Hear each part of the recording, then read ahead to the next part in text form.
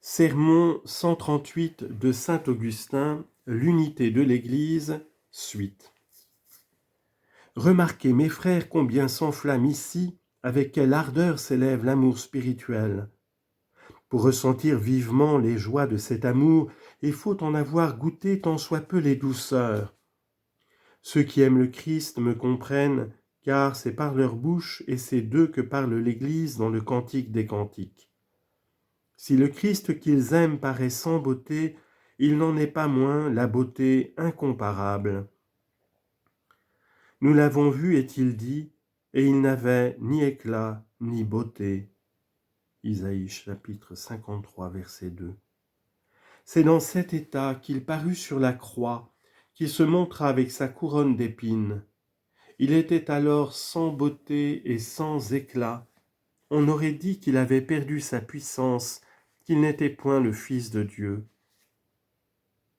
C'est dans cet état que le virent les aveugles, car c'est au nom des Juifs qu'Isaïe s'écriait « Nous l'avons vu, et il n'avait ni éclat ni beauté. » Aussi lui disait-on, s'il est le Fils de Dieu, qu'il descende de la croix. Il a sauvé les autres, il ne peut se sauver lui-même.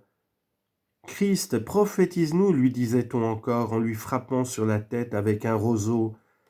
Qui t'a frappé ? Matthieu 27, versets 40 à 41, et chapitre 26, verset 68. Il était alors sans éclat et sans beauté. Mais si vous l'avez cru tel, ô Juifs, c'est qu'une partie d'Israël est tombée dans l'aveuglement, jusqu'à ce qu'entrât la plénitude des gentils, jusqu'à ce que vinssent les autres brebis. Romains chapitre 11, verset 25. Oui, c'est pour être tombé dans l'aveuglement que vous avez vu sans beauté la beauté même.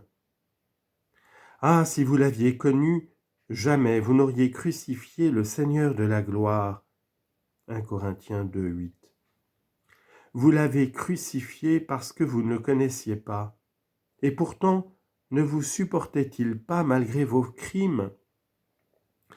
N'était-il pas beau quand il priait pour vous et disait « Mon Père, pardonnez-leur, car ils ne savent pas ce qu'ils font. » Luc 23, 34.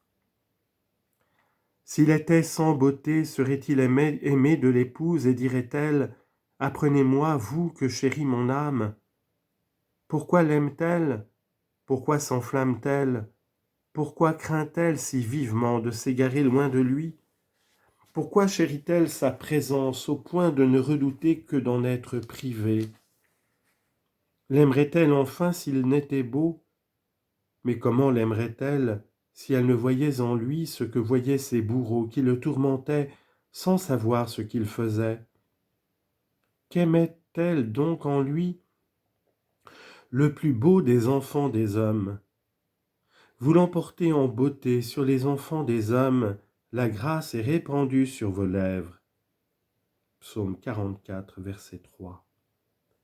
Ah, de ces lèvres bénies, apprenez-moi, vous que chérit mon âme, apprenez-moi, vous que chérit non pas ma chair, mais mon âme, où vous paissez, où vous reposez à midi, dans la crainte que je ne m'égare sur les traces des troupeaux de vos commensaux. Ce passage semble obscur. Il l'est en effet, car c'est le mystère sacré du lit nuptial. L'épouse ne dit-elle pas « Le roi m'a fait entrer dans sa chambre » ? Et il s'agit ici du secret communiqué alors.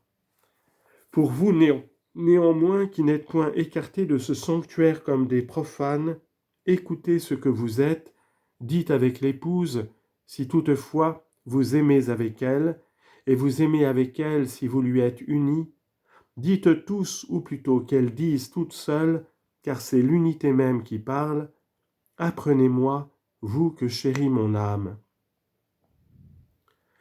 Puisqu'on ne doit avoir en Dieu qu'un cœur et qu'une âme.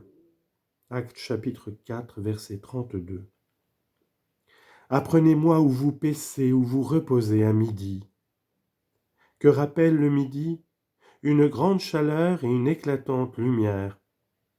L'épouse veut donc dire, faites-moi connaître quels sont vos sages, quels sont les hommes qui unissent la ferveur de l'esprit à l'éclat de la doctrine. Montrez-moi la puissance de votre droite et quels sont les cœurs pénétrés de votre sagesse. Psaume 89, verset 12. Je veux m'attacher à eux dans votre corps, leur être associé, jouir de vous avec eux. Dites-moi donc, apprenez-moi où vous paissez, où vous reposez à midi, afin que je ne me jette pas au milieu de ceux qui parlent de vous autrement qu'ils ne pensent, qui croient autrement qu'ils ne prêchent, qui ont leur troupeau particulier et qui sont vos commensaux, mangeant à votre table et célébrant le sacrement qu'on y reçoit. Le mot sodales en latin signifie qu'ils sont vos commensaux, quasi, simul et dales. C'est à eux que s'adresse ce reproche d'un psaume. Si mon ennemi m'eût outragé, je me serais soustrait à ses injures. Oui, sans doute je me serais dérobé à ses injures si mon ennemi s'était emporté contre moi. Mais toi, mon intime, mon conseiller, mon familier, toi qui prenais avec moi des aliments exquis et avec qui je vivais cordialement dans la maison de Dieu. Psaume 54, versets 13 à 15. Pourquoi maintenant ces esprits s'élèvent-ils contre la maison de Dieu et nous sont-ils opposés? C'est qu'ils nous ont quittés n'étant point avec nous. 1 Jean 2, 19. Faites donc, ô vous que chérit mon âme, que je ne me jette point au milieu d'eux. Ils sont vos commensaux, mais comme l'étaient ceux de Samson, infidèles à leur ami, et cherchant à corrompre son épouse. Juge, chapitre 14. Non, que je ne me jette pas au milieu d'eux, que je n'y sois pas comme une inconnue, comme une femme cachée et voilée, au lieu d'être assise sur la montagne. Apprenez-moi donc, ô vous que chérit mon âme, où vous paissez, où vous reposez à midi. Quels sont les sages et les fidèles en qui vous reposez de préférence, dans la crainte que je ne me jette en aveugle, non pas au milieu de vos troupeaux, mais au milieu des troupeaux de vos commensaux, car vous n'avez pas, dit à Pierre, paie tes brebis, mais paie mes brebis. Jean chapitre 21, verset 15.